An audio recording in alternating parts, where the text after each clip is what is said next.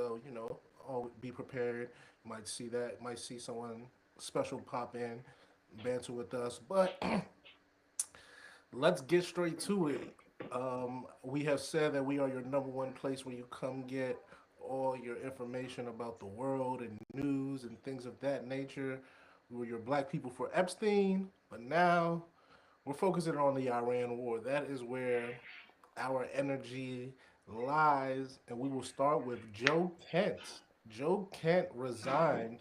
We had someone get fired last week, and this week we've had someone resign.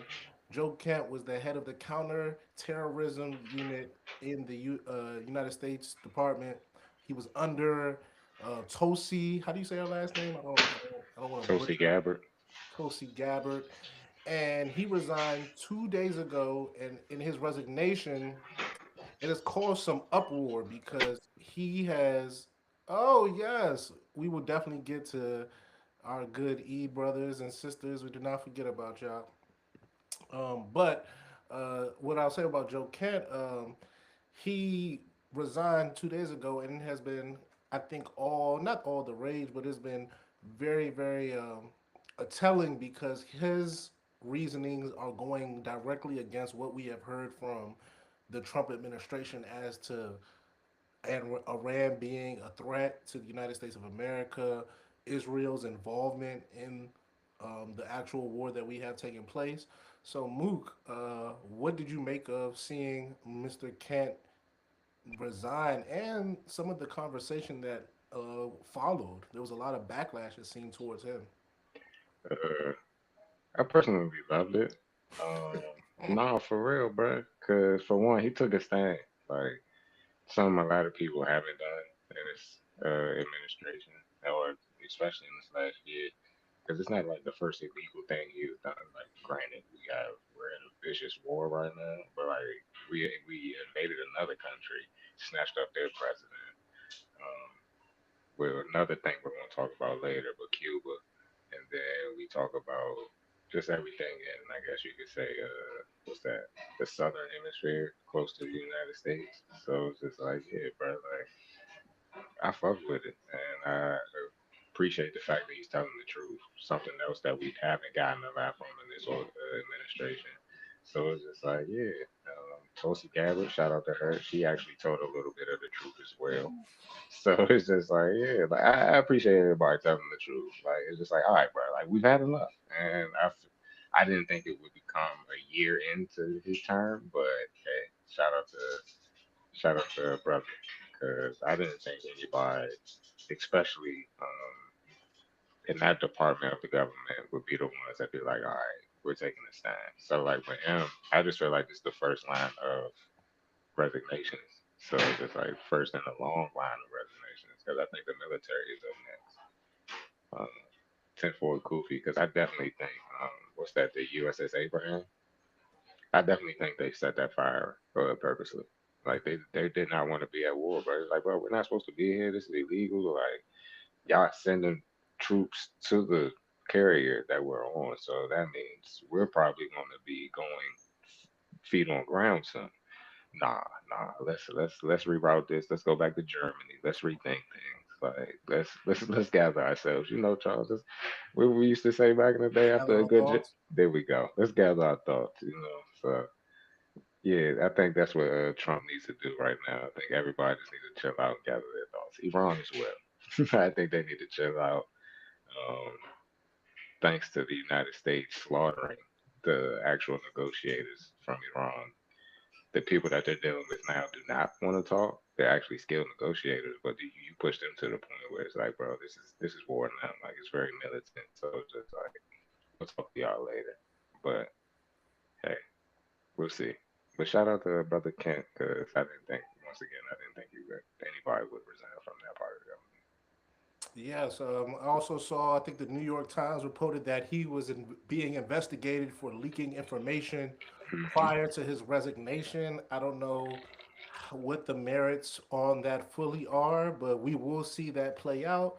I think that is kind of the most newsworthy thing that has kind of taken place as far as um, America and the administration. as far as the war goes. But speaking of the actual war, things have escalated as Iran and Israel have each attacked each other's energy infrastructure. Iran attacked the world's biggest liquefied natural gas complex in Qatar. It targeted a gas field and facility in the Emirates and launched drones on a Saudi Arabian oil refinery. What I thought was most interesting about this one was And just not to cut you off, but they actually hit oil refinery in Israel and Haifa today. So add that to the list.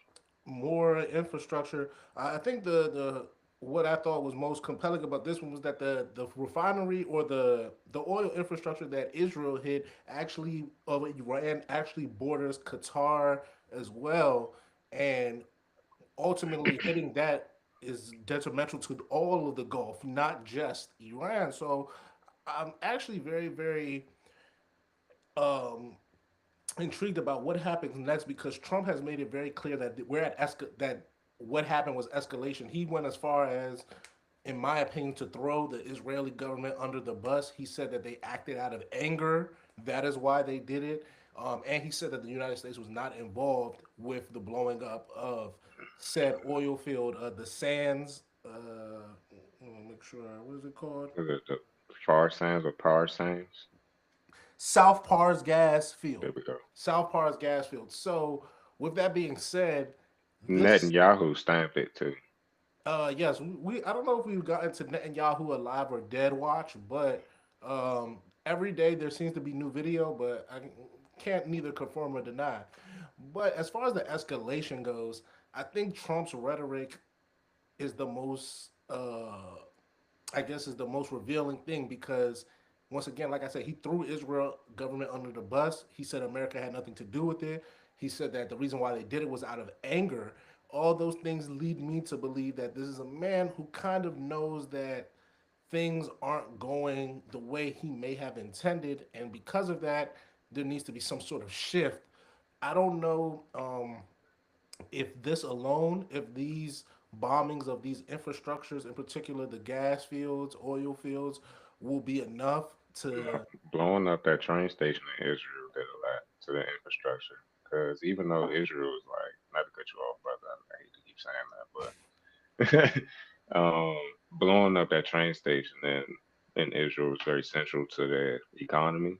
Because like even though like the sea may be like is a war zone in a sense, like Israel is a very well Philistine rather is a very it still like has its Ottoman roots. Trains and railroads, and back then when it was the Ottoman Empire, were very much a very big thing. Like, they used to take people all the way to Mecca for Hajj and Medina, and then it used to just be used for a trade route as well to get through like Jordan, Egypt, and everywhere else along the Middle East and um, what's that? Europe as well, and then everywhere in the Ottoman Empire. So like they blew the like the very central zone of that joint up in the middle of Israel, and from what I've been told, the Israeli government has been really pissed off about that because it's just like, oh, like now they can't get any goods in or out for their own citizens. Yeah, escalation definitely seems to have jumped up a notch. Speaking of Trump in the Strait of Hormuz, he has throughout the week called different things. He has called for help from allies. Then he has said that he does not need help from allies, and he has ultimately, I think, ended on he should we that the United States of America should leave the Strait of Hormuz to those who use it the most to deal with it. I don't really know ultimately how he believes that will work out for the United States of America, but once again, I think that's just another example of. Because don't we use that joke like a lot too? Yeah, to get oil to what to countries in the Middle East or just in Asia, Australia uses it immensely. A very big ally, important ally, I would say, of the United States of America. So it's very interesting where he Great has. Britain, Hmm? Great Britain. Yeah, very very interesting where he has decided to plant his flag on things that he will or will not let up on. And I think lastly, as far as the war goes, Netanyahu dead or alive? Like I said, we have. seen many videos. I think the most recently is him doing a press conference. This is solo. It's just him at the podium by himself. And in this latest video, people have once again found some inconsistencies and basically have shown that it's AI. What I found most interesting about the whole is Netanyahu dead or alive is that the mainstream media Cover it. won't necessarily touch the idea of whether he's dead or alive. They just repeat literally what Israel Prime Minister, whether it be their Twitter or official statement pages, they just that's all they put out. They just say, "Hey, Israel has said." Apparently, this last podium meeting, they're just taking it as is. Like they are reporting as if it is Netanyahu. They're saying these things when you have I don't want to say enough, but you have people d- doing enough to say, hey, this may be AI, and I find that very very odd that the media, the people who are supposed to be out here doing their job to basically debunk what is or what is not truth, are just plainly saying or plainly okay with just going, okay, well, if that's what you guys think, that's what you guys think. That's awfully weird to me. That strikes me as something is going up. Somebody knows something that they either are not supposed to say or they cannot say, and um, I'm just intrigued to when we will or will not find out if Netanyahu's alive or not. How does that make you feel professionally? Like journalistic integrity, I believe is what it's called. Like, how does that make you feel, bro? Like to see people like just slandering and throwing your profession in the trash like this. That video looked fake. Yes, it really did look fake as fuck.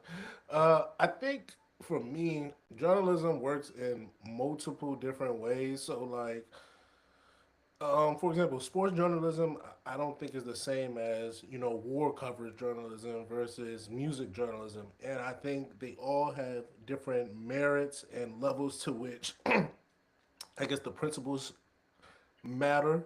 Um, so to an extent, it sucks that people don't respect the art form or the industry because I think it's important.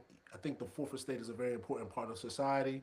If you have a proper fourth estate, you can actually stop a lot of things from happening, both negative and bad, or you can help things to happen, both positive as well. So I think with a strong and a proper fourth estate, many things good can happen. But I don't think we have that currently. I think it's clearly for a profit. That is where um, our journalism as a country, where the industry lies, that people are clearly in it to make profit, and that seems to be about it. But I mean, you can only be so upset with the world around you. So Okay. you have to make do and try your best. So I have a follow-up question. Do you think we should go back to what was that? When did they when did the FCC change the laws? Was that like 1970 when they Uh, when they started allowing advertising dollars to come in? oh well, it's So funny. I think so should like we go back to like a mandatory hour at one point, like say 9 to 10 for like non-advertised news or just like standard real political journalism news on everything caught up for like what happened in today's job. Like, uh, I think yeah. In the ideal world, you would do that. There'd be from 9 to 12, 9 to whatever. There'd be a state, not state, but there'd be media companies that just focus on putting the news. But I feel like you run the risk of getting really close to state-sponsored media. Nobody wants that. That's another level of propaganda. But ultimately, I think the truth is that in industry, people in the media, what if it be like something like Al? What if it be like a setup like Al Jazeera though? Like Qatari government funds them, but they still allow them to be critical of the government, even though sometimes they yeah, not that's as just harsh like as they could be. But you could. I think there's once again. No, I mean we have NPRs. touche. We P- have PBS. yeah, we have our public broadcasting. There are spaces that these things exist in the United States. The truth is that the way our society works, it doesn't work like 1970s. So um, most people get their news from their phones. Is there a way in which the government would make a whatever app, a thing, a website that allowed for that? Sure, they could. But what? Nigga, they had the YouTube album on everybody's phone, Yeah, I mean, that and you couldn't delete it. is very true. But that was a So private company. That was Apple, and that's the thing. Once again, I think. it'd be like just be an app that it comes with your phone, like the rest of these dumbass apps that come with your phone. Yeah, but that's what I'm saying. It was Apple who did that. Apple's a private company.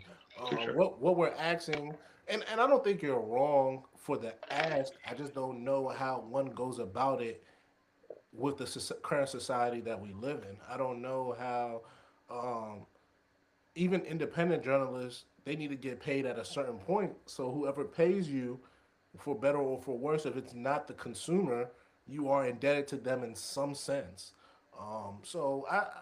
And then, like I said, in an ideal world, you do NPR. You'd have democracy now where I forget her name, the lady who's been running it for almost I believe 20 years. She does a really great job, but I don't know how many people in the United States end up taking in that type of news. I know for a fact though, Hannity, Rachel Maddows, all these people they do because that is sponsored TV essentially. Like Rupert Murdoch makes it his job to put these people in front of your face and to hear them. So there's no benefit um, for the United States government, left or right, to do this because they can only do it, but they can only tell you at a certain point, and then the people have to choose. That's why people like Fox. That's why people like CNN.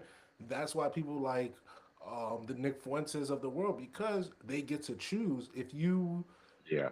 If you were out here just giving people the news and saying, "Hey, this is what happened," decide. I don't know if people, and maybe I'm not giving the American public enough credit, but I don't know if enough people would know what to do with that. Uh, Speaking of know what to do with that, does Trump have any means of getting out of currently this war situation? Is there any off ramps? Does he have any cards to play, or is he screwed? Um, only way he can get out of this if he was to arrest Netanyahu. Okay, that's that's an interesting one. Dead ass. Like that's the only way he can get it. Like to me, that's the only way he can get out of this. Like him denying the fact that we did not hit that oil rig that you talked about earlier, well, told everybody that everything before that they told us to do. Okay, So it's just like with that denial, it's just like, all right, bro. Like now we know. So like you keep telling us telling us stuff in a certain way. So it's just like, all right, bet, boom, we got that one on you. Two, everybody know you trying to do this, y'all like postpone the Epstein files. Everybody in your cabinet keeps getting presented in front of Congress. Um, FBI is investigating people that have testified in Congress because now Tulsi Gabbard is getting investigated by the FBI. So it's like, bro, the only way you can do this is to arrest Netanyahu and let them files come out and just take the hit. And knowing him, he probably gonna try to pull a what's his name, the Epstein, 10 for a goofy moment, because his brother don't think he did either. who Epstein?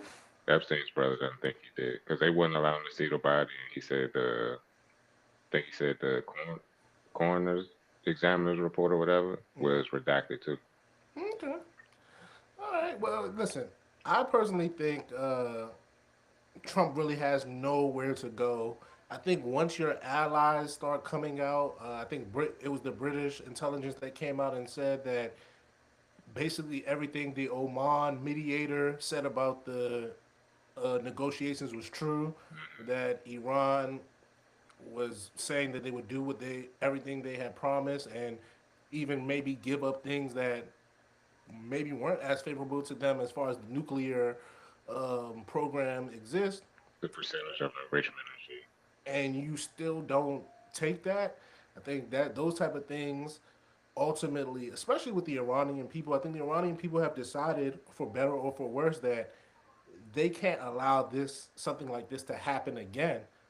And I have to respect that because if somebody punches you in the face, I don't know too many people who would let that person walk away, come back, and fight them again. If someone punched you in the face, you would try to fight them and beat them until they couldn't punch you in the face again. And that kind of seems what that seems as if what is going on right now. And as a human being, as a person with a little bit of sense, I can't say anything but, hey, that makes sense. And this is, and like low key, this not the first time they punched him in the face. This just the first time that like they didn't sneak him. Not like It's that. a solid point. Cause it's like now it was just like, all right, bro. Like the last two times you snuck us. Okay, 12-day war. That was your last shot. But this next time, though, I'm on your ass, Charlie. Yeah, no, that definitely seems like what has taken place. Moving on to closer foreign policy issues, Cuba officially got their power back on Tuesday of this week. You had to hit Um, me to this one. I wasn't shocked. yes, they lost the whole island, lost power as they Tip of that. had one of their basically their central grid went off, and once it went off, everything in the island essentially was blacked out. To be fair to, not to be fair, but to give some context, this isn't a recent thing. They've been having blackouts for up to 16 or more hours for months. This isn't essentially happened. What the blackout that we're hearing of that happened this week is because the United States stopped put pressure on Mexico and other countries to stop delivering oil They had a to block. They formed Cuba. a blockade.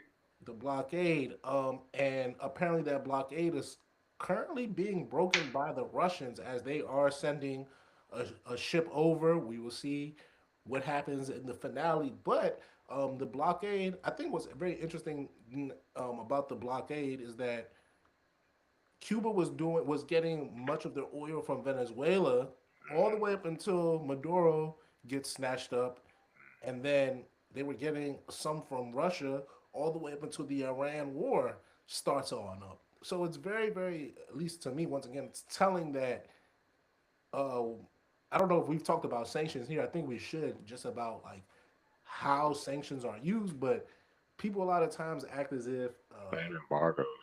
yeah, people act as if American oversight or American violence towards country is only done through military or some sort of violence. But I would argue economic sanctions are clearly the greatest tool that they have, and Cuba is a perfect example of a country that maybe they could be doing better. Maybe there are things in which Shit, ask Libya.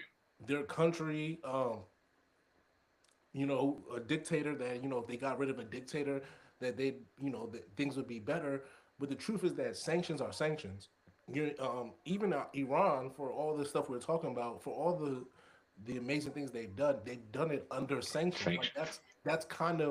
um, that's kind of what makes this such an impressive feat that they're currently being able to one not just take on and basically battle the United States military to a draw, but to do this while facing these type of sanctions. Like that is the kind of the undercurrent that I don't think people want to admit, because then if you do admit, it says a little bit more about the United States power than I think people would like to let on. So I just I want to say think shout they out. got like 700 billion of Iran's money.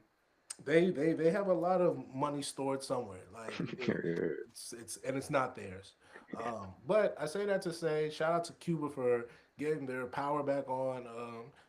That blockade, it was just crazy to me. Like a whole, it's one thing for maybe parts of an island. Like I said, this isn't something that that they're new to. They've had 16 hours of a 24-hour lights on and off. But to go completely dark for multiple days is crazy. I mean, I don't even want to know how many people may have lost their lives or had suffering come to them because of that, medicines, things of that nature. But just want to say shout out to the Cubans because, you know, I don't think people realize how close Cuba is to the United States. It's like I think an hour boat trip. I I believe was they about to said. say, I think it's less than that. I was about to say Yeah, like 45 minutes off to like the most southern tip of Florida. yes. So, and I think when you have neighbors, And if you're in the regardless, Keys, then you definitely like you probably see Cuba from the Keys. and having neighbors, I think it's very important to respect the people around you. Like the world we live in isn't one of just ours. It isn't when I mean ours, American or whoever you are. It is a collective and it all belongs to us. So even once again, even if you don't necessarily agree with what your neighbors are doing, there's a certain respect factor and whether Americans will admit it or not, America is the kind of the big neighbor on the block. So the things they do affects everybody in a in an outsized way. So whether you once again whether you admit it or not, I think how the Cubans were being treated, in particular in this last week with this blockade, was quite ridiculous. And glad to see that they have their power back and they'll move on. Rubio apparently is still in making dealings with the Cuban government, so we will see ultimately where that ends up. But like I said, shout out to Cuba for getting they power back. Yeah, and that's shout out to Cuba again because they're the strong people. Like Trump keep banging on them, even back in COVID when they were sending their doctors around the world to help people treat Yeah, COVID and save lives and all that, but we couldn't get them to come here to New York or to Florida to like the epicenters of the fucking crisis that we had in our country. But still, they were able to survive and they had lower death toll numbers per capita than us, even though we're a much larger population than they were. But even if you were to like do it in the smallest fractions, they still had less deaths and contagion than we did. So it was just like, yeah, bro, definitely shout out to them. facts, facts.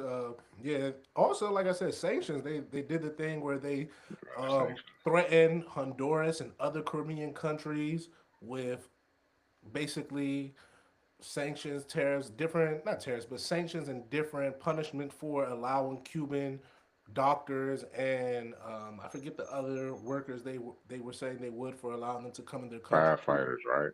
to come into their countries to help. So once again, the Caribbean as a whole, you guys got to do better. Like as you can, I feel like the world as a whole should be watching what's going on in the Middle East and seeing what happens when people who maybe aren't aren't the same, but people who are from a certain place, what happens when they allow for interests that aren't of their own to come in the middle of it. I know the Saudis and the Persians, Iranians aren't the same people, but they all do live in the same place. They do have some sort of common interest as far as land goes. Maybe not culturally, maybe not historically, but as far as the land goes and how it's dispersed, what happens to who and what there, they do all have some sort of skin in the game collectively. And once again, I think this what's going on in the Middle East should show them that when people don't have skin in the game, i.e., the Americans, they're gonna leave you high and tied. They're gonna leave you high and dry. Once again, I don't know how many of the leaders, Gulf country leaders, have actually taken this to heart. It seems like Iraq has, but there's still six. There's still five other countries. Oman seems to be another country that seems to has have their ears perked up, but there's other That's because countries. they listening to them in Bahrain. That's because they listening to their population. Yes, Bahrain is definitely one in which you've seen the people basically physically say no, we don't want this anymore. So once again, I just wonder if the larger with if the money in the Middle East will listen to the people of the Middle East because there's money in the Middle East that doesn't necessarily align with what the people want, and I wonder if this conflict, war, whatever you want to refer to it as, has done enough to shift the balance or tilt the balance as far as that goes. That's why they've Uh, been attacking the infrastructure because they've been attacking cloud farms and shit too, and the Gulf states. So like the ones that are directly tied to like American and Israeli intelligence and stuff. Because Qatar, Saudi Arabia, and a couple other countries had dealings with Israeli intelligence companies, and they definitely it all was like, okay, say less, and they definitely was starting to blow them bitches up. So yeah, I think Saudi Arabia is getting pissed off because they fucking with their money right now and their investments, like you said just now. But I don't think if they start firing back and starting to put pressure on Iran, I don't think they really want to do that because they know that's their crazy cousin. So it's just like it's just like, all right, bro. Like he already wild, and now he about to find his way to the bottle if you start talking to him, like you specifically start talking to him, so he can turn the fuck up, and then now the cookout over. So like, I just need everybody to, you know what I'm saying, have some supper, eat tomorrow. You know what I'm saying? Eat Mubarak to all my brothers and sisters out there. You know what I'm saying? We made it, alhamdulillah. May Allah subhanahu wa ta'ala accept our fast and our salah and our dua. I mean, but yeah, I just need everybody to chill out. You know what I'm saying? Celebration tomorrow. Inshallah ta'ala, there's not going to be too much bombing while everybody doing the Eid prayers and all of that. And if you stay for Juma, alhamdulillah. So it's just like, yeah, man, we just need everybody to calm down. That's all I need from my brothers and sisters out there. Just calm down in the Middle East. And Gaza and the West Bank. I saw a tweet today that said Gaza and the West Bank were the canary in the coal mine for generations. And that hit home for me because it's just like we've definitely been talking about these two places at least since 2005, from my recollection. So that's like 21 years at least since Arab Spring was 2005, wasn't I don't know exactly. I think that was before that, but it? Okay. But yeah, so I definitely felt that because a lot of the things that they're doing and using, after. it was after. Yeah, it was after 2010. Okay, bet. So, but yeah, so at least since 2005 for me, they have been bombing and using white phosphorus, at least from Gaza to the West Bank to the southern tip of Lebanon as well. We forgot to talk about that, but what does Lebanon have to do with this, Charles? So yeah, but alhamdulillah for everything that's happening right now, because I think it's awakening a lot of people that had their hearts covered. Yes, sir. That is where we wrap up our foreign affairs part of the show. Um, I believe we should be having a guest who should be popping in soon. Okay, So, hmm? I said okay, good brother. Yeah, yes, yes, yes. Um, this, like I said, now we're about to transition to the sports part of our show. Ah, this has been a great, great week as far as sports goes. March Madness has kicked off today, Thursday. Wonderful time. There's sports. It's a basketball on from noon to God knows when you go to sleep. We are getting towards the NBA playoffs, NHL playoffs. WBC Classic just finished up. Champions League. We're in the knockout stages, but Ponche, WBC is where I want to start. Venezuela, Ponche, Venez- yeah, Venezuela was yeah. the United States of America. I don't know if you guys witnessed it, but the WBC final took place on Tuesday night. Venezuela overcame the great American pastime. Well, they overcame the inventors of the great American pastime as they defeated the United States 3-2. Suarez had an amazing go ahead double. Well, was it a single? It was a single. Oh, double. Go It ahead was a double double. in the eighth. Was it the top of the? Was it the top of the eighth or the bottom of top of the ninth that ultimately Yeah. gave them the lead? Uh, and the WBC was great. Both semifinal games were amazing. Dominican Republic versus U.S., Italy versus Venezuela. Pitching was amazing. You had timely hitting from both squads. That it was intense. From what squad? Hmm? What squad? I mean, Bryce Harper, he hit that home run. Bro, that was the second hit of the game. Uh, That was the second hit of the game for the United States. versus Venezuela. Yeah. I was just talking about just the semifinals, the Gunnar Henderson.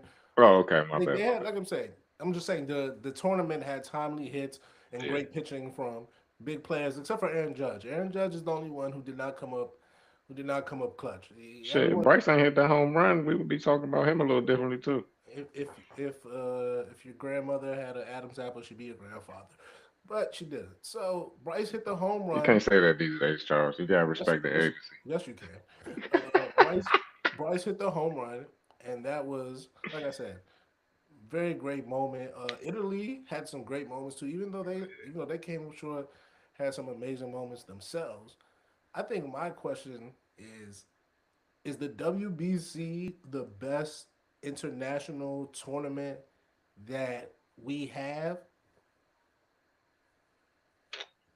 Uh, we you talking about like all of them combined, like World Cup, all of Yeah, I mean, there's the World Cup. You have the FIBA basketball ones. yeah. You have the World Baseball Classic. There's not a football one. No, we Uh, just I don't know if Four Nations gonna continue to be a thing, but you have four nations. okay. I think the competitions. I think the Olympics are different in themselves. They're Yeah, their that's why I left. That's why I didn't say that. they're their own kind of unique entity. But as far as a sport and an international competition, it seems like the World Baseball Classic has had has done enough, especially with the last two iterations, to put itself up there with the World Cup.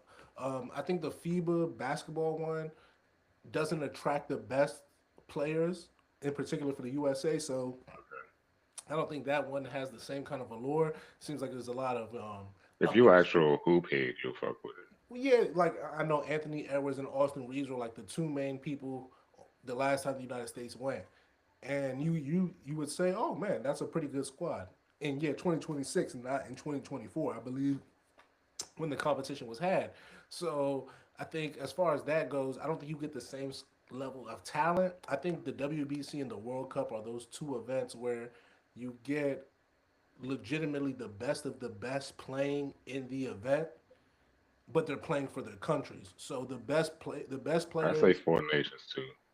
yeah, four nations, but it's only It's just four that we nations. have, yeah, but that and we haven't had enough of them because I think this was like the second one, I first believe one. so, and it's only five nations, right? Well, it's It's four, but at one point it was Finland, Germany, UK, nah, Canada.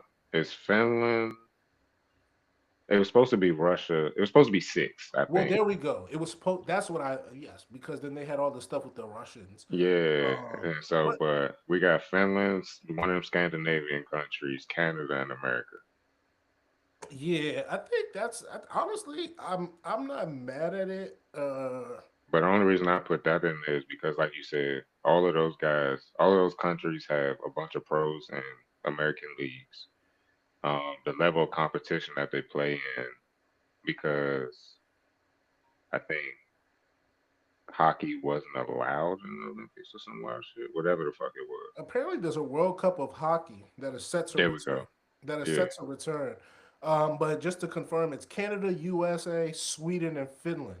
there we go. I said one of them Scandinavian countries. Yeah, and like I said, I believe Russia at one point I think was supposed to be in or part of it, and then that whatever. But um, you're right. I think the hockey one um, does enough, but like I said, it doesn't have enough. It's just not enough. Yeah, Now, to be fair, it might be the best of the best hockey players, so it might not matter that they just have all the best. But if you don't have the Russians in it, I don't know if you can actually make that. If you can make that yeah. case. Because like if the Russian team was in it, then you'll have like the three nations. Ovechkin. Yeah, Ovechkin and then What's bro, the all dude of from them. the Tampa Bay Lightning? Kurskov. Yeah, There's a few different cats who I think would make that competition. and I think Chicago got one too. Yeah.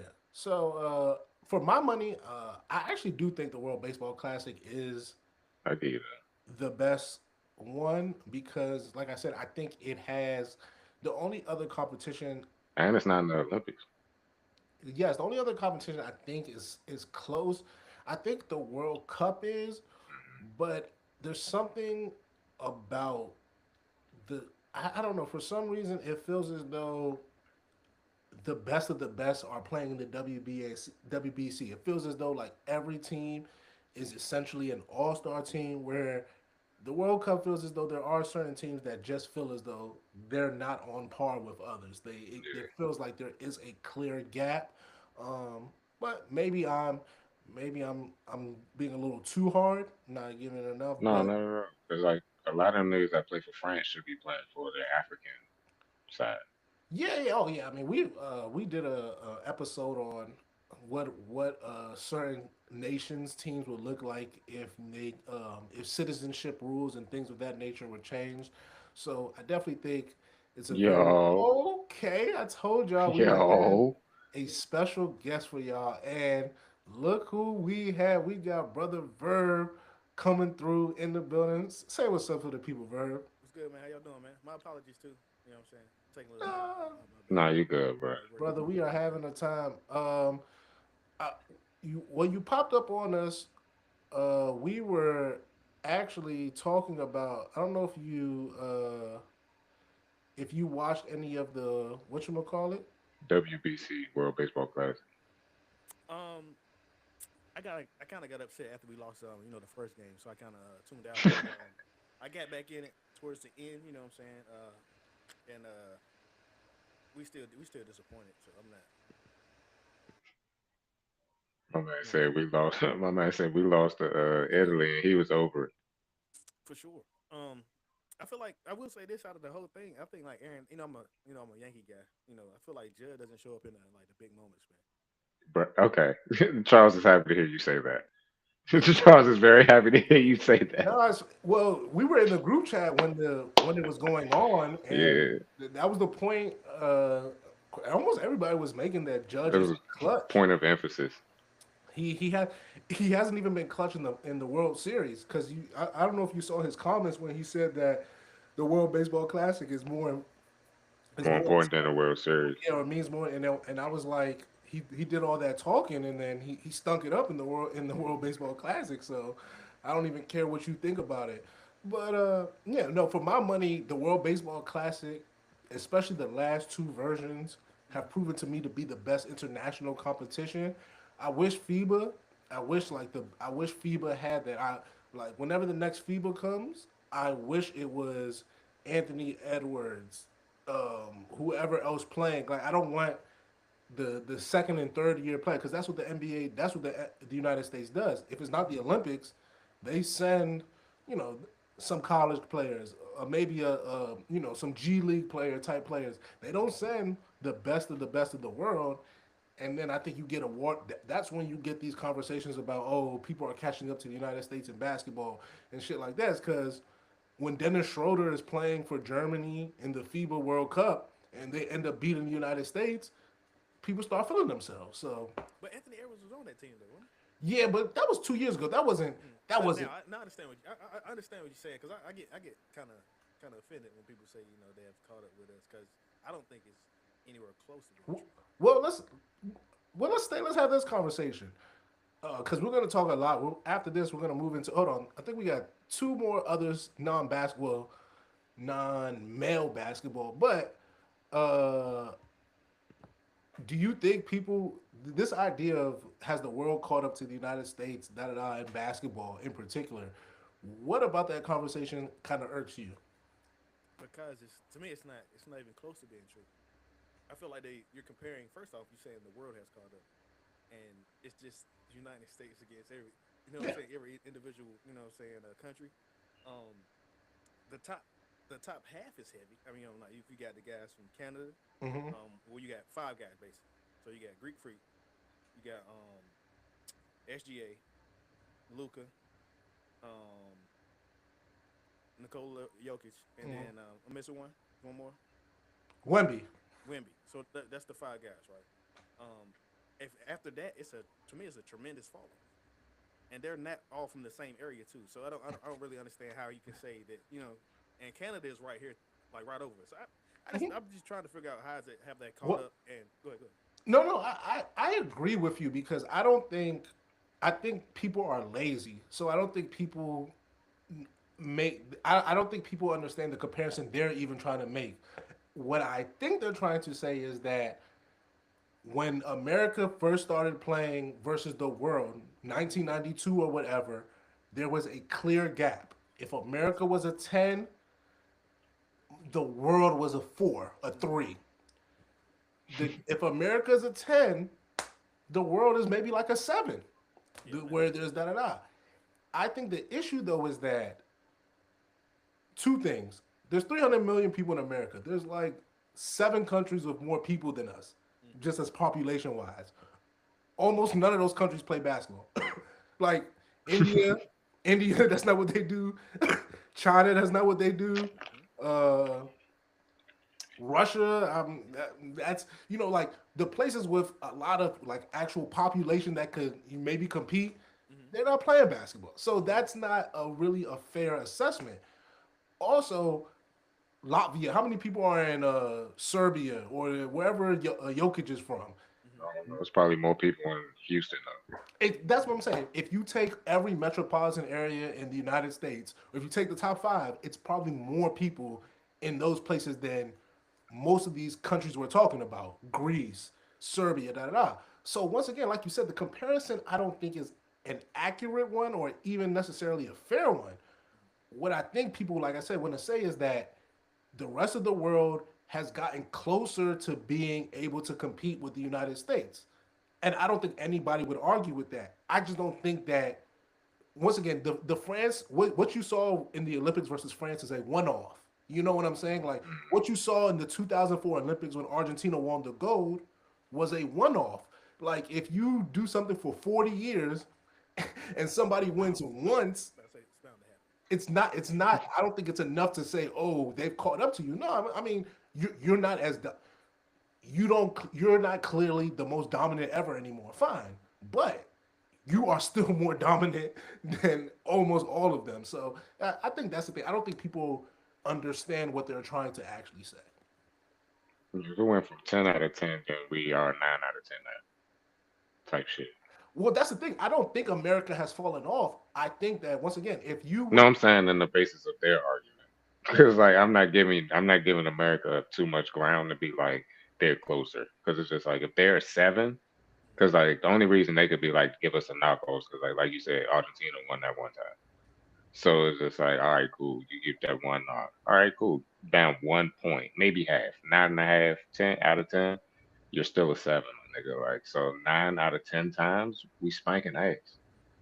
well, that's the thing. I think, and even my thing is that the level of competition. The 2008 Olympics, I remember Spain was supposed to be the big challenger. Did Spain And, actually? and Spain, the Gasol brothers and shit. yeah, they played decent, but France outside of Argentina when they won in '04, since '92, France is from '92 to 2024. France is literally the only team to legitimately compete, in my opinion, compete with the United States. Serbia competed. Hmm? Serbia competed. I feel like Joel Embiid took over that game though. It was Okay, and you see what? And that's my thing. Like, even if Serbia did beat them, I would. This would be my argument from the American perspective. We basically were playing with one big man, like one real big man in Embiid, and him alone beat y'all. Like yeah. us having him alone was enough for us to still beat y'all. So imagine if we just decide for 2, 3 years that like we're just gonna not even like get big man, but like whatever our Olympic team, we're gonna focus or we're gonna have a big man kind of be a center point, or we're gonna do something to. Then we're okay. Like they didn't do that. Like they had Bam. No disrespect to Bam, but they had Bam as like their Olympic center. Yeah, yeah. I'm with you. And I That would say this too: the '04 season, I feel like that was Larry Brown for him. You go back and look at it; he's not playing the young guys. It's a lot that go with that. So I'm not a huge fan of him either. and I agree with it, but see, that's the thing about see, that's kind of that's why you have these conversations because if you are so good and you playing around, you're supposed to beat them. If you that much, you can't be playing around then. And I think that's kind of some of the issue that the United States has gotten to the point where they can't just play around with other professionals in basketball and think that they're just gonna win the gold. And maybe And maybe that's part of the conversation that people don't want to have. Have you heard Katie's comments about it? Once again, I think KD's comments are right, but once again, I don't think. I completely agree with Yeah, but I don't. Once again, I don't think he. I think he's missing. I think he's missing a very important part of it in that you're right that they're talking about Black America. Like the thing is to talk about you, but the issue is more so that American just basketball people have issues with it. Like the Cooper Flags of the world, the Con Knipples of the world, they are in this conversation too. The issue is that they play more like black players. Like nobody wants to actually be Say honest. that. Nobody wants to say that. Nobody wants to say that like they play like the dudes from the hood. Like they play like the Black American cats. They don't play a type of basketball that essentially has been played from the time Naismith was doing it up until like Larry Bird and shit. Like that type of basketball in which maybe a white Shit, guy, even a JJ Redick, they don't play like that shit no more, bro. That shit toast. a white guy has a very specific, hey, I'm a catcher shooter. Nah, like Conker Nipkel, he does it all. Like the Steve Nashes of the worlds and stuff, I think are also part to blame because Steve Nash was, he's white, but he's not American white. So then you get those guys, and Steve Nash starts saying stuff about AAU and shit like that, and people take his word kind of like, two-time MVP. His word becomes kind of bond. His word becomes very important, but Steve Nash is talking about a very specific type of player too. Like Steve Nash is talking about himself. He's not talking about general white players, and that's I think is KD. Once again, KD isn't wrong, but I think KD is looking at it like, yo, y'all talking about me, and that's true. Like he should feel disrespect because when he looks around, all the cats he know is AAU cats. Fact. He like, what you talking about? All the best players in the league I'm playing in, we all played AAU. But once again, even that is not the same type of the way the AAU KD played is not the AAU today. And I think he would even admit that. So I think there's a lot of different conversations going on. And I think sometimes someone like in particular like KD, he feels disrespected. So he's coming at it from oh, y'all disrespecting me. Like also KD is also a great he's a great international basketball player. Like he kills in the Olympics. Like he does that. So for him, he's like, what are you talking about? Like when I go play these guys, I'm better than them. Like it's not one of these things where like also he never lost. He didn't lose no Olympic gold. He like 4 for 4. Only goals. Like he don't know losing in the Olympics. Like so I think for him it probably hits a lot harder. Go ahead. No. Basketball. We talk about basketball. They asked in the chat. Yeah, but I say you can go back to your the regular questions that you know saying you're gonna do too. You ain't gotta mess up your phone. No. Oh, so that was gonna. Oh, I don't know if you saw this. Did you see that the AFCON championship they overturned the winner? Nah. So That's so Morocco got it, but like, how did that happen? Like, Charles, you gonna have to get me hip on this. all right, see this is the last one. Then we'll get back to basketball. So I don't know if you guys knew, but the African Cup of Nations happened 59 days ago, and Senegal defeated Morocco. There was a lot of controversy. There was a penalty that was given at the end of a game, and the Senegalese team thought that the refs were basically cheating for Morocco. Morocco was the host nation. They end up missing the penalty. Senegal end up leaving the field for some time, but they came back. The game resumed, and Senegal won the game. They won the game on that fateful day. Morocco put in a investigation to the African Federation saying that this game should be overturned because the Senegalese team left the pitch for that amount of time, and that is a violation of the rules. So randomly in the middle of Champions League on Tuesday, the African Federation decided to overturn and then award Morocco a 3-0 win. So 59 days after the match, the Federation decided that they would give Morocco the win because, like I said, Morocco put in and they wanted an investigation. To be fair to Morocco, they put in the investigation the day of when the actual game happened and the Senegalese team left the pitch. They put in the request for an investigation, and 2 months later, the Afri- the African Federation has granted them their wish. Y'all, is this something that y'all would? What would you do if you were on the Senegalese team? I cry.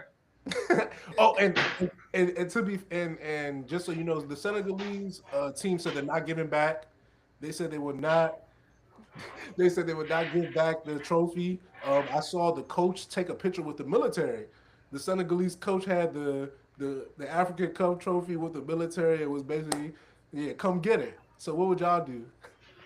They can have it, bro. We good. Like we got what we wanted out of this. Like y'all can have the trophy. Like we won the appeal. Um, Afcon. That mean they get to stand bid to the World Cup, right? No, no, no, no, no. I actually, it might be for the next one, but not for this coming one. Okay, but yeah. So if that's the case, then they don't care. You know what I'm saying? Then y'all they got to deal it out with, you know what I'm saying, the African nations once again.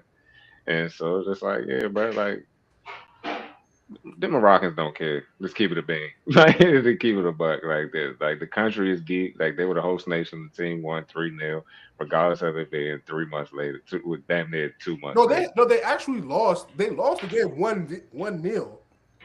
But The African Federation decided to give them a 3-0 win. 3-0 from?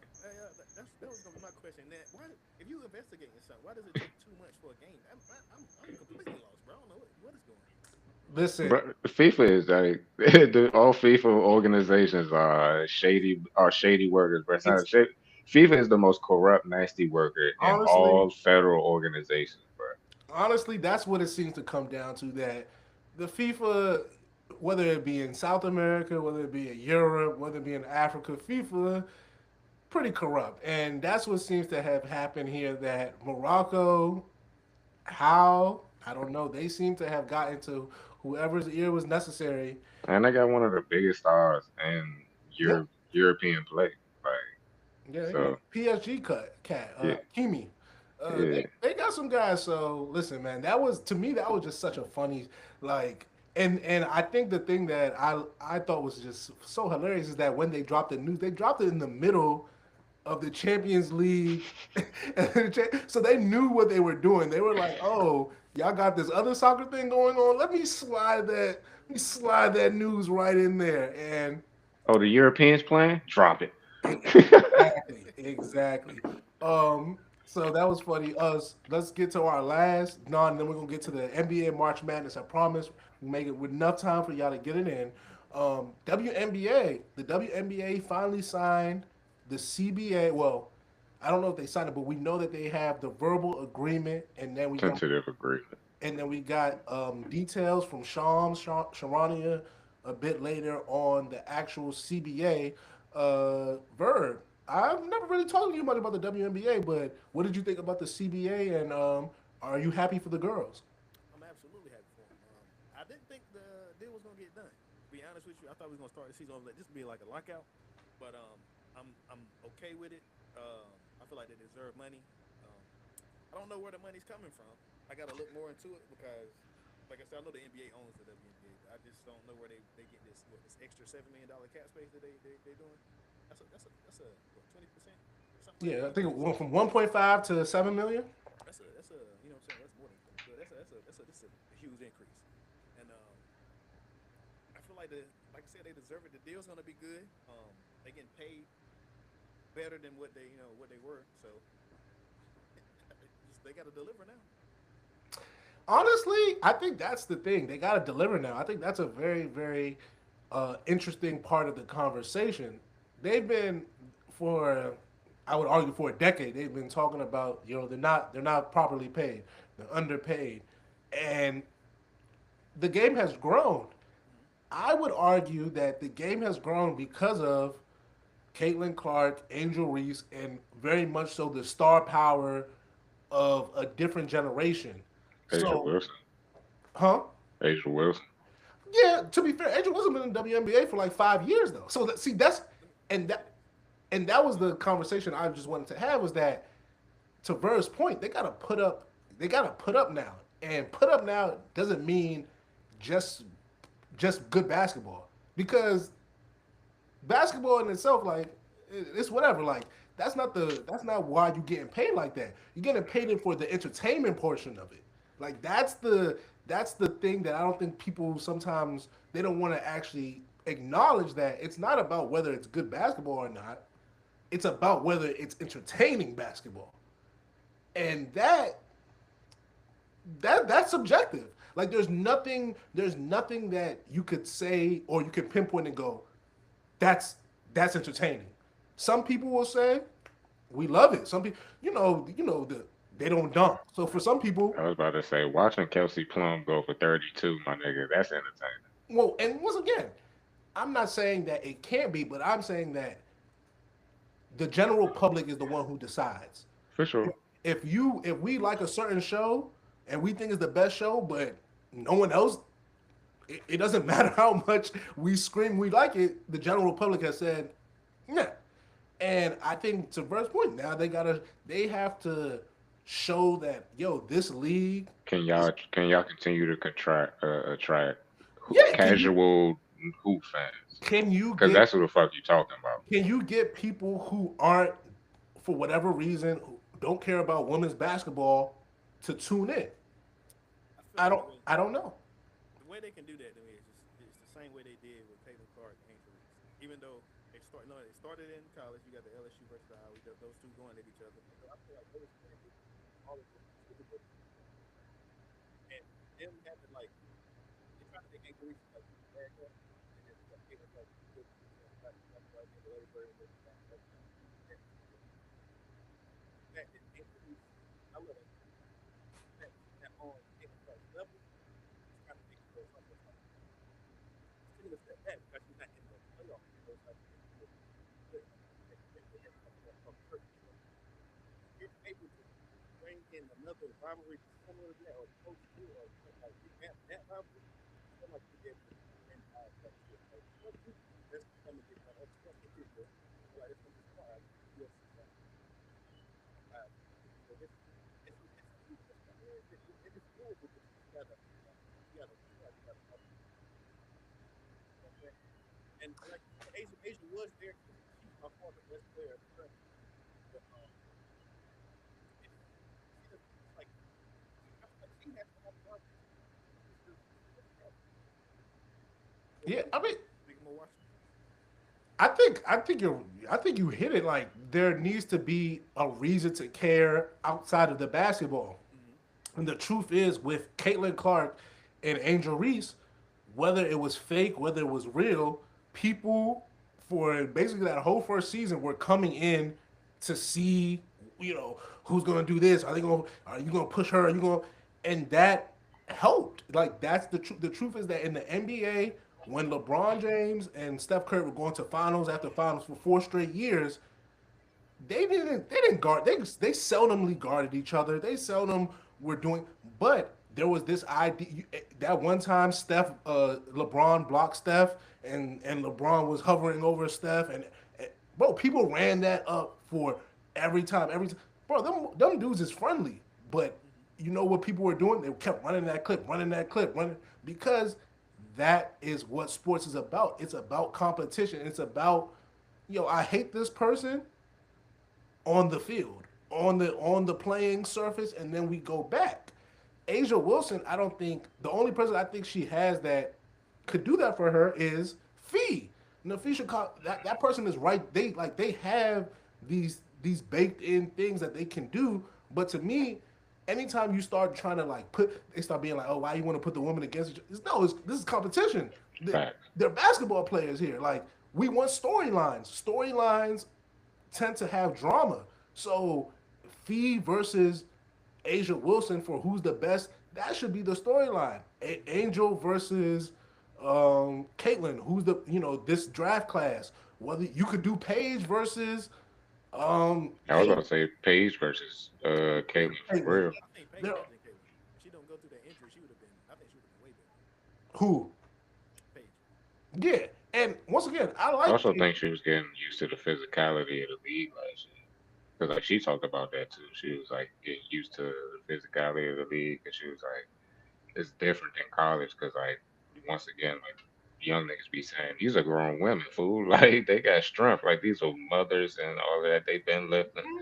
Like it's a little different garden. Like Also, it's your professionals. Like facts. even from the NCAA, because we're about to get to there, NCAA to the NBA, it's a difference between going to class, maybe having to, if you are like a graduate student, maybe having to be on campus versus in the NBA, WNBA, there's no campus. There's no check-in. There's no you do whatever the hell you want. And then you gotta motivate yourself to be, like you said, Mook, to lift, to do all these extra Bruh. things that aren't kind of in the confines of your world. So I think I think WNBA is in a good place. I think if they actually lean into some of these actual storylines and they don't do the whole hey we can't pit the women against each other. Like for me, someone like what's my girl who played for the Mystics, Sophie. Oh, our black queen. I mean, our African queen. Our West African queen, who's not West African. Well, she is West African, but she's not really West African. White girl from Notre Dame. I forget Yeah. her name. But oh, Citron, Sonia Citron. There's no reason why you don't try to do it where she's the third. Like you're supposed to try to bring up all these. You're supposed to try to make people care. So Mm. she should, even if she isn't the third best, there should be a conversation about trying to do the is she the third best player? Who's gonna take the title from like everybody? It can't just be they're good basketball players. Of course Shit. they're good. Of course they're good basketball players. That's why they're in the WNBA. We Even need Key getting her for her rookie year, the Mystics had to move the other shorty, like one of their top draft picks, like what a year or two before. Who was shorty then? oh yeah from UConn. Aaliyah Edwards, right? Edwards. Exact. Aaliyah Edwards. It should be like what why isn't there a storyline about, they did her dirty. There should be vengeance. Like That she happens a lot in the WNBA. Oh I'm yeah, kind for of sure. I'm kind of lost on that too. Like you can have your like a high draft pick or something, and they be cut from the team. I know that the rosters and everything is not that big and it's not as many teams, but I'm just trying to figure out how can somebody go from playing this amount of time and then just eventually just being off the team, and then you don't hear nothing about it. Yeah, I mean, also, that was before the expansion, so they are expanding with more teams. So I think you will see less of that because that's the one thing I will say about the NBA. If you're a super high draft pick, you won't get a few chances. Yeah, Like, what's my? D'Angelo Russell. But D'Angelo Russell was an All Star. Like D'Angelo Russell became an All Star. Like you can't even do it. What's your boy from North Carolina who went to Duke? Who everyone swore was about to be the best player? Reddish, Cam Reddish. Uh, okay, yeah, Cam Reddish is a perfect example. Cam Reddish, no he's from matter. Atlanta though. Oh, I'm sorry. I thought he was from North Carolina. He's playing. He's currently playing in, I believe, Latvia or somewhere, Hmm. in Europe somewhere. But Cam Reddish, as a top five pick, got multiple chances in the NBA. He got to play on multiple different teams in multiple different roles. Like they tried at first, then they told him to come to the his last team was the Lakers, correct? And Yeah, on the Lakers, you were told to be a role player. Like you got to be a top draft pick somewhere, and it didn't work out. That's fine, but you got to go to other teams. Like that doesn't really happen in WNBA. To me, like a lot of times, if Diamond Miller is a perfect example to me, number two overall pick, went to Maryland, kind of got hurt her first couple of seasons, and then the Lynx traded her to Dallas. Last year, she was on Dallas towards the end of the season, and I'm scared that we not about to hear from Diamond Miller for a little while, and I was about to say Gabby Williams.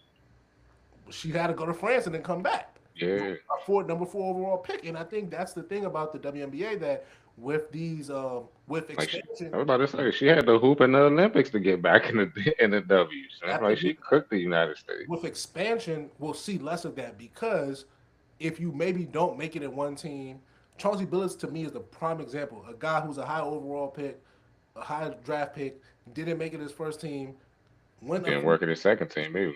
but when he got to a place where it did work, All Star, borderline Hall of Fame player, NBA champion, That's a Finals. big shot. He Hall of Fame. It's no borderline. Hold on, you said what?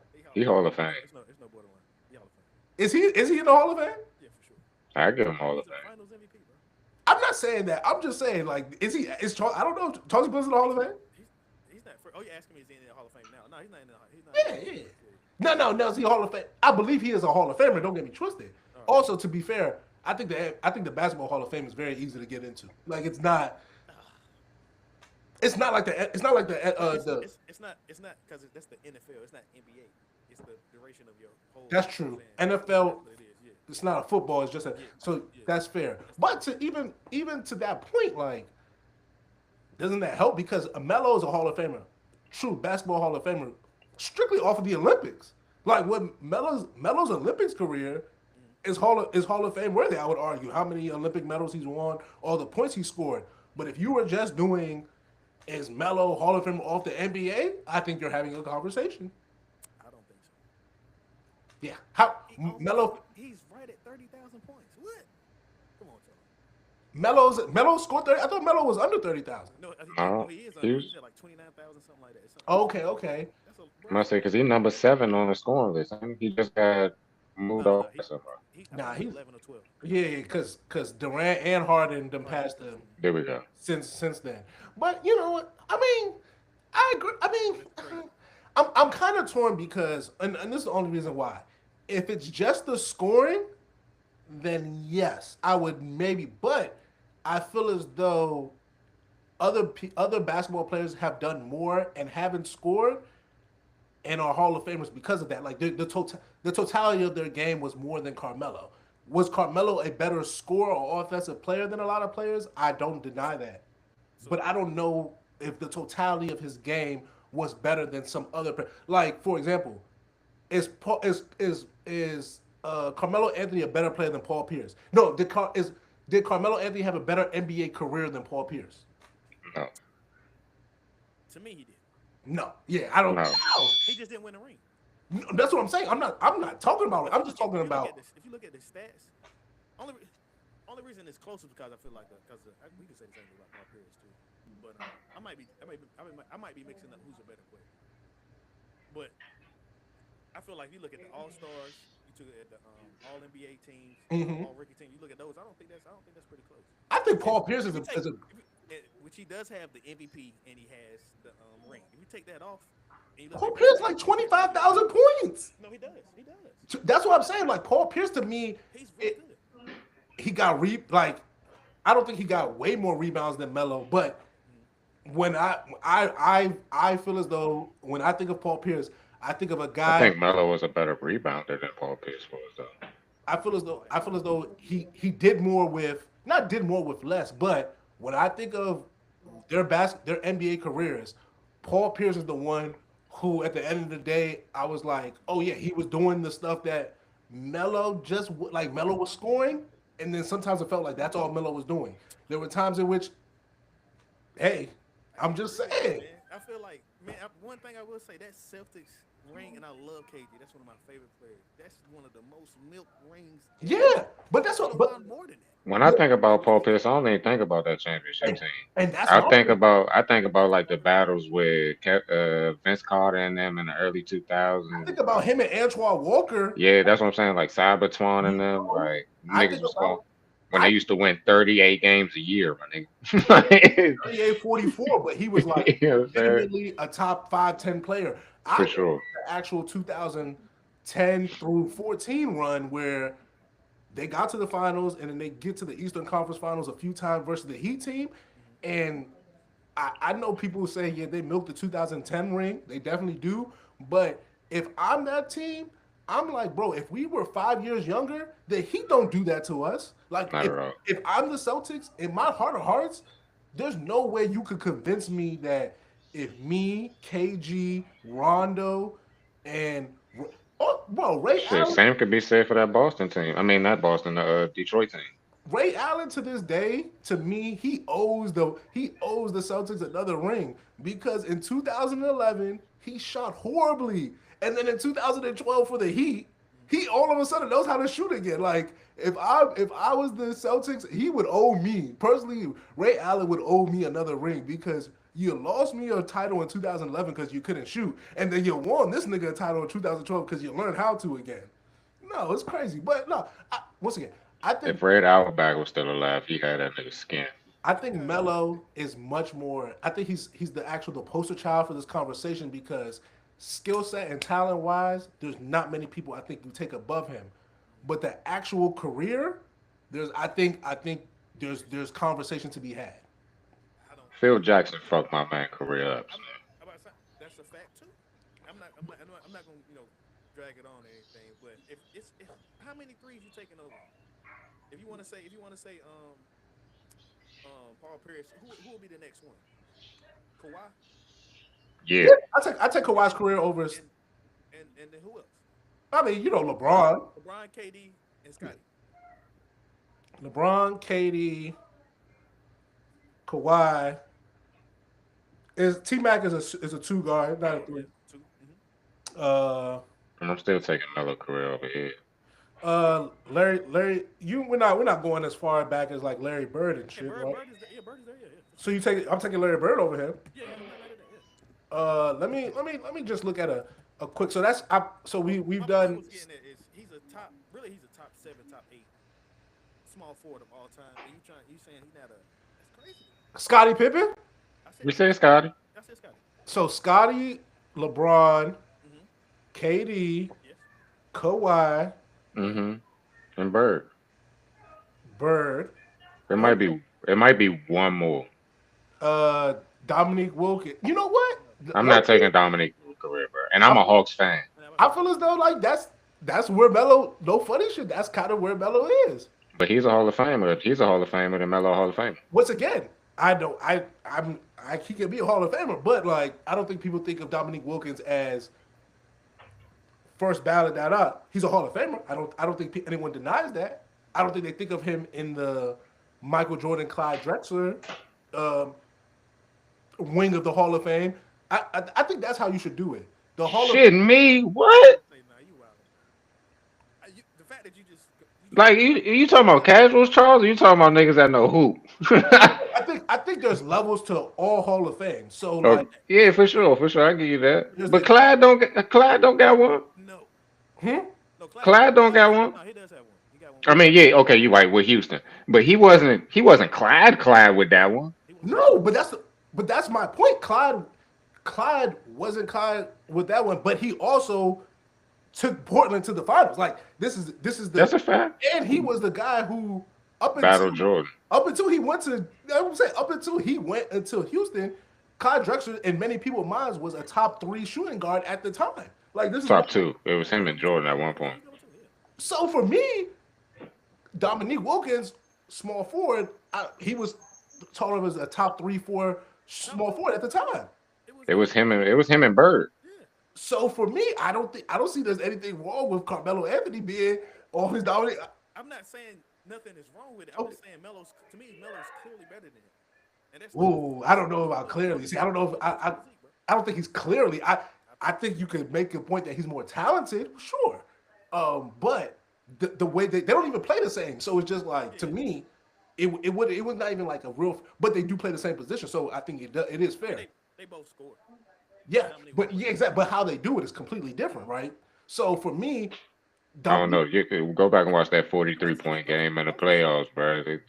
That he wasn't just dunking against Bird. It's not about dunking for me. Dominique is he's more Dwayne Wade. He's to the basket. So it's not even just about dunking, but it's about style of play. Melo is a mid-range assassin. He had a good mid. He had a solid mid. For sure, but that's Melo. Melo wants to shoot you out the Oh gym. yeah. Like, Melo is he's a phone booth nigga. he's a phone. Like that's what he wants to do. Versus Wilkins wants to use his athleticism. He wants to get his first step on you and then just show you. He'll decide. Yeah, then he'll decide how he wants to go about it. But for me, After the Achilles tear, Dominique. so we can do this. I like. You know what? We gotta do. No, we gotta do a position. So we gotta like pick pick 3 people, like a now, or maybe a I'm glad we 2000, got I'm glad we got Melo out the way early. and a pass, and then actually really do it because I think, like I said, to Melo's to me has a very intriguing NBA career. Like But you could have different conversations about his career. Like for example, I think Melo deserved that Rookie of the Year award. Like I think as a rookie, he was a better rookie than LeBron James. And I would argue that him not winning that award snowballed to ultimately affect his career as we know it. Because when you aren't rookie of the year, that's the conversation that, oh, you didn't win this award, you're not the best this, you're not the best that. And and that's then your head coach don't even back you on that award either. and it kind of just you Yeah, big facts. people, if you win the rookie of the year next year because you guys play the same position, more people, if all NBAs and things, people are gonna align you guys together. But if the other dude is seen as, oh, he's the best of the rookies already, y'all play the same position, that's the narrative. That narrative is already built in. Like I really, I Fact. really, I really think that's a real thing. And Just like that one year that they actually got to play each other in the playoffs, but they got bounced by the Pacers. Um, the Knicks had their regular season record that year, the so 2013, yeah. And a also lot of people was interested in that shit. Melo, for better or for worse, he doesn't have as many playoff moments. Like he just doesn't have those type. That one run with the against the Lakers, bro. He doesn't have enough, I think, for people to be like, oh, yeah, Melo, you know. Then why is Harden so respected? Nah, no, go ahead, go ahead. Because No, hey, no, talk that. Let's talk about it. then Let's talk about it. why James Harden so respected? Then Well, that's the he whole been in the thing. key weight. James Harden is, I think, only so respected because he has that MVP and because he has a regular season. He has some regular seasons that are historical. Like he averaged what Averaging a 30-point triple double. he averaged 36 points per game, and that was like that's one of the modern highs of all time. It's like him, Kobe. I think it's Kobe than him. Like Kobe's 36.4. I think his whatever. I got a Jordan ain't averaged 30 that one year. Yeah, 35. Yeah. So I think it's Jordan, Harden, than point Kobe. averages.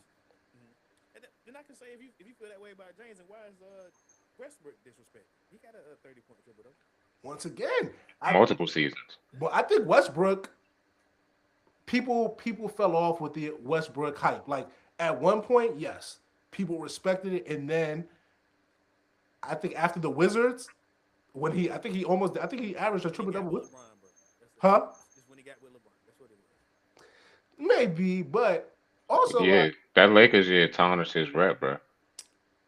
to an extent for And sure. he wasn't even on the team. He was only with the team for like what, a month and a half. Yeah, I definitely think it spoiled his rep to an extent, but also like Westbrook is very like he's very polarizing. Like the way He's he an acquired taste for sure. just the way he plays basketball is polarizing. Like it's very blunt force. And at 6'3", blunt force looks a lot different. Like Shaq blunt force, everyone can take it. Like everyone, yeah, you're a big, this small kind of guy. It definitely feels a little different as far as And he's more like of a slender frame too. So it's just like, hey, bro, where you getting all this damn strength from? okay. Um, the only last thing I wanted to say about the NBA was I think the biggest news is Cade Cunningham's collapsed lung. Uh, does that ultimately change your Eastern Conference evaluation? For me, I was on the Pistons. Is they're gonna not come out the East, but well, yeah, they're gonna come out the East, and if not, it's gonna be them versus whoever.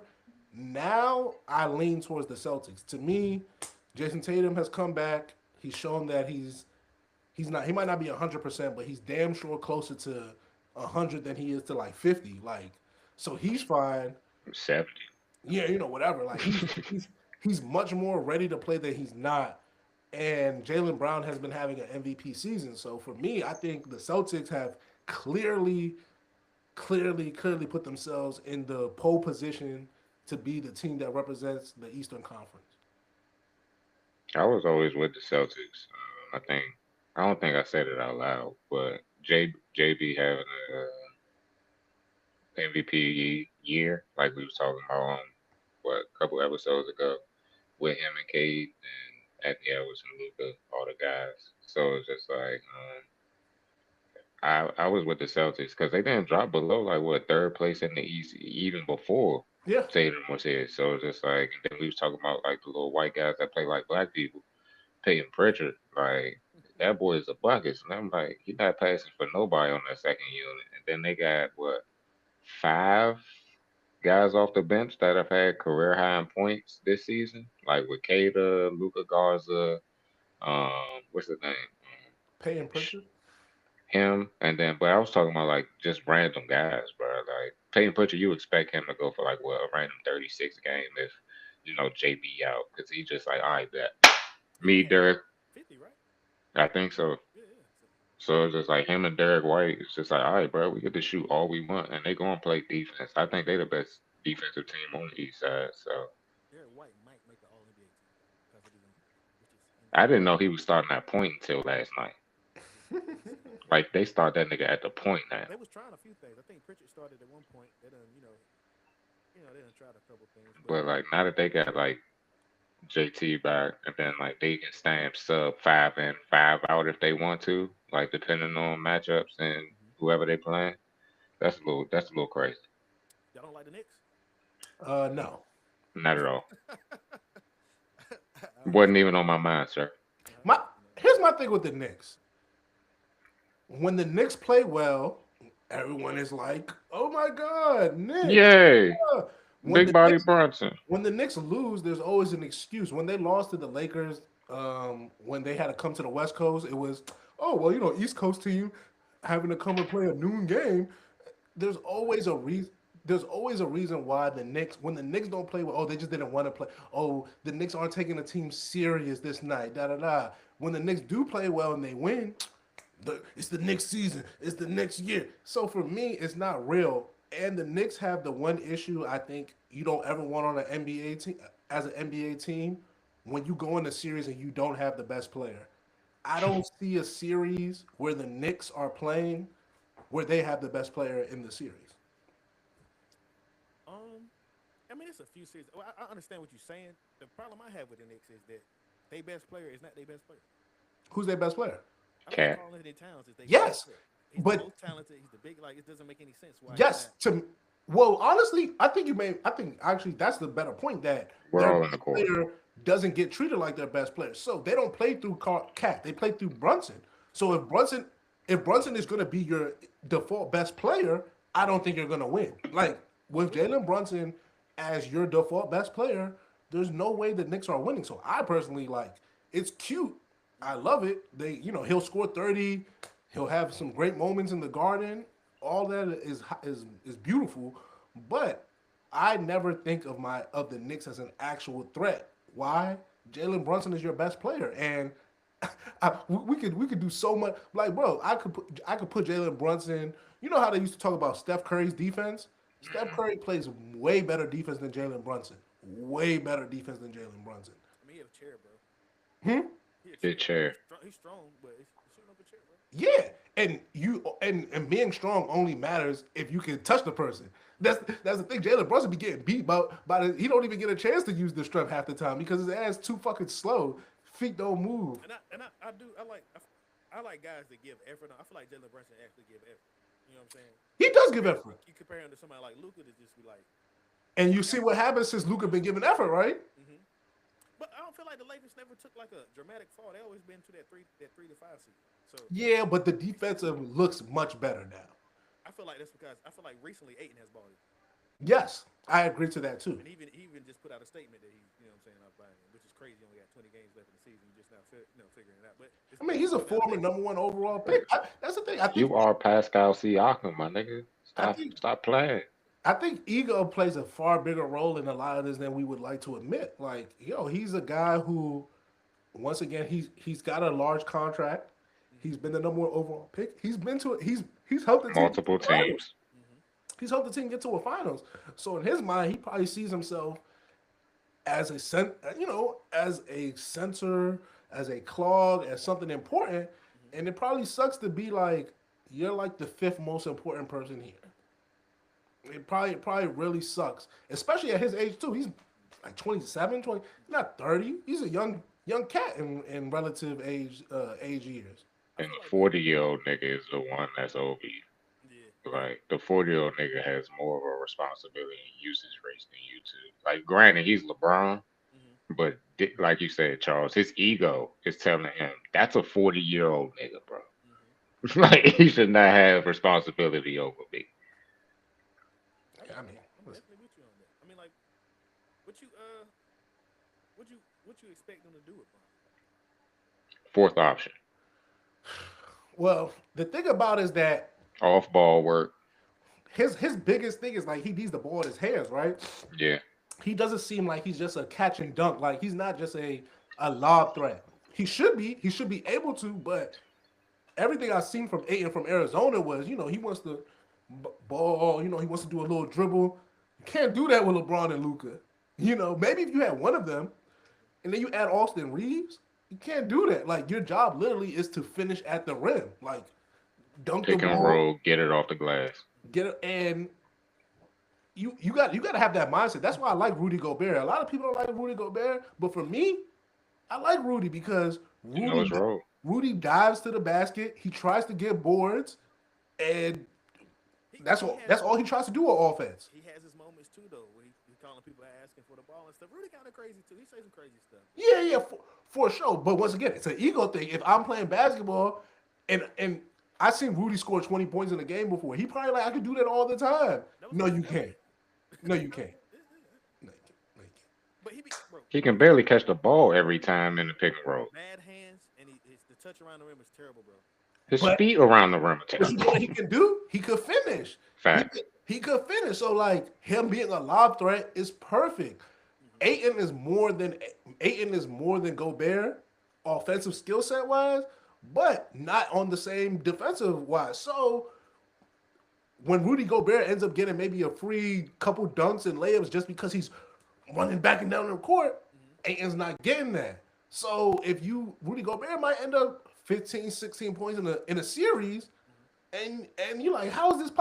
It's because he's doing that thing that you don't do, hmm but he does the thing on defense that you don't. Like, you know what I'm saying? Like, you might actually be a better offensively skilled player than him, but if you don't do this total thing, it doesn't matter. And in particular, big men in this NBA where we want big men to have the ball in their hands to be point guard, be basically point center. If you're not a point center as a big man, you gotta play really good defense because that's how you're gonna score. Your defense is gonna turn to offense. The only Nikola doesn't have to. Jokic don't gotta play good defense because he got the ball in his hand. So his offensive output is just so much more. Um, move to March Madness. Yeah. One more thing on Rudy though. His 12-8 look different from like it affects the team and the game Yes, differently than Aiton's 12-8. very true. But yeah, let's go to March Madness. So we almost had the upset of the century. Fuck! Yeah, Duke pulled it out. I wanted the Duke upset so bad. We did not get the Duke upset. However, we got a really good game. It was so funny in the doc I had asked prior to the tournament.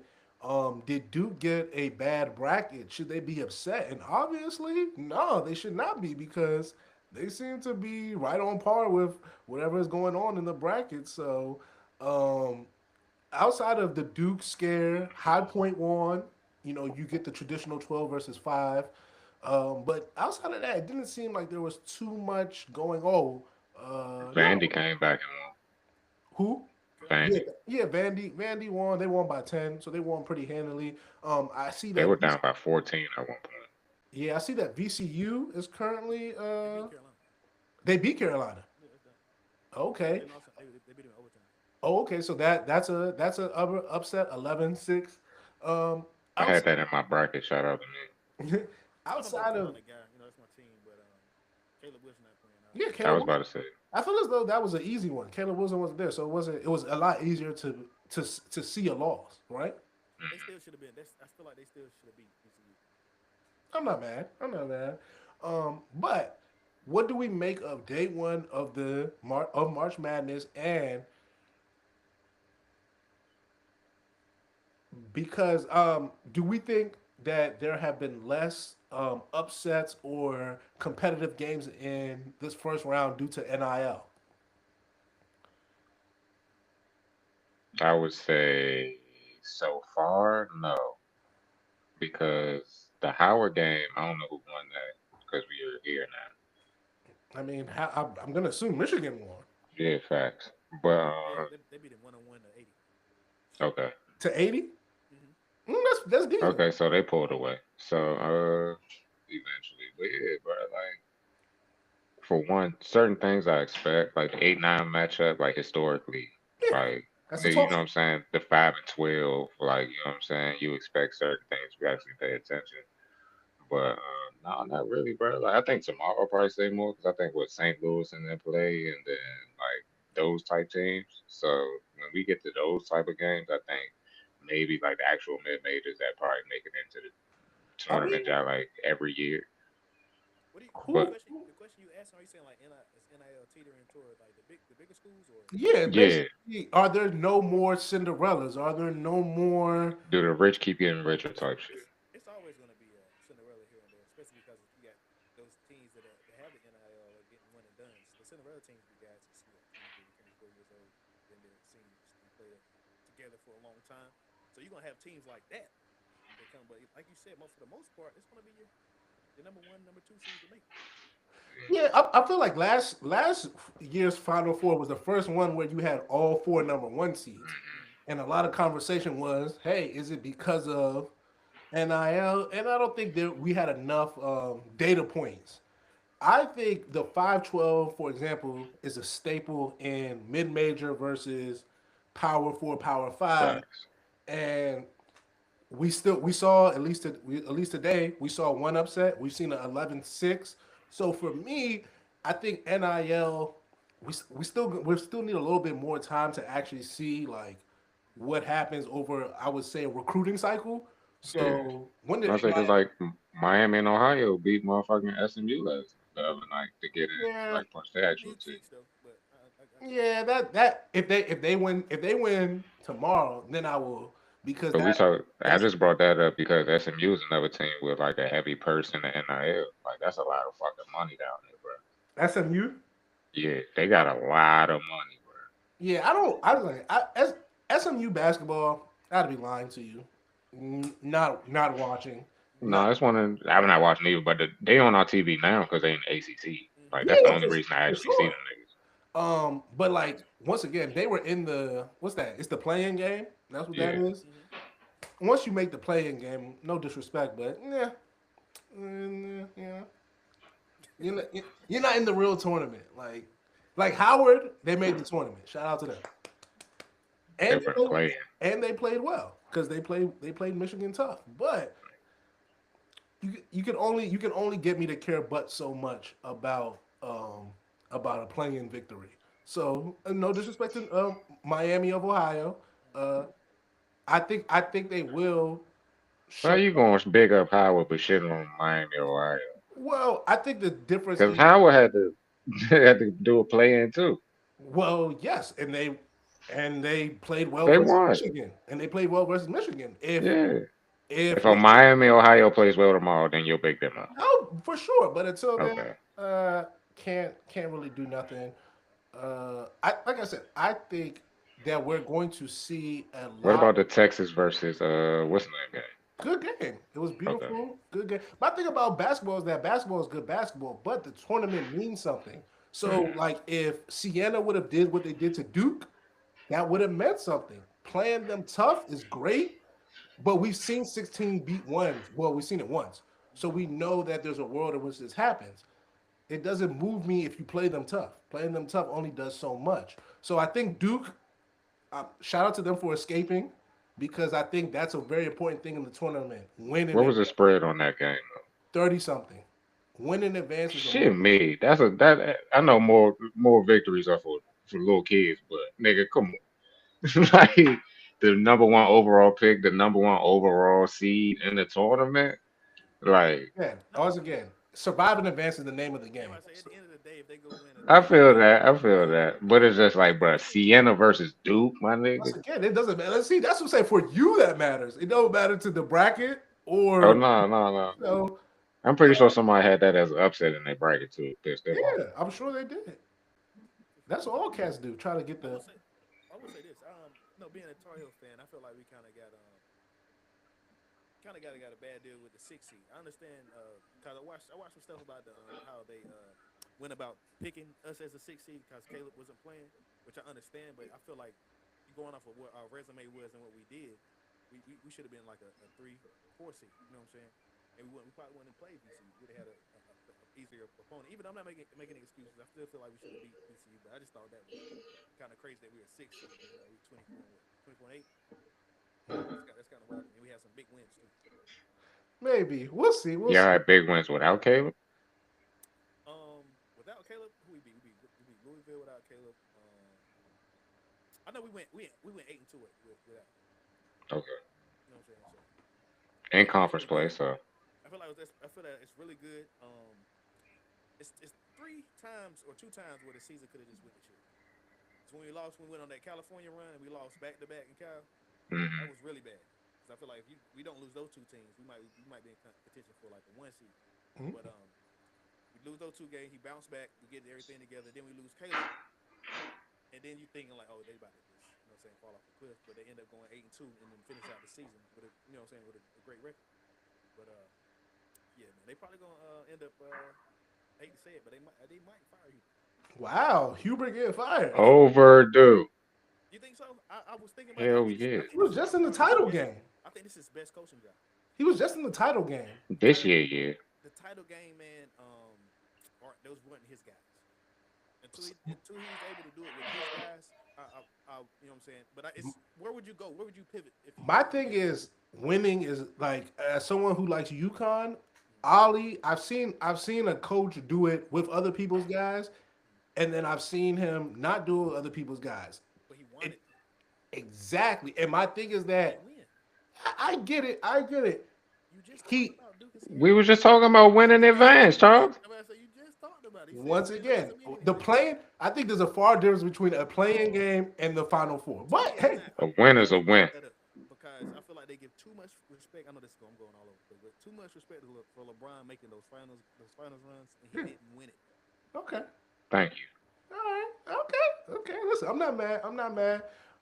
Is there any other before we get up out of here? Is there any other March Madness takes we need to get out the way? As like I said, day one was today. We had a few upsets, a few really good games. But is there anything else we need to be looking forward to as the tournament continues?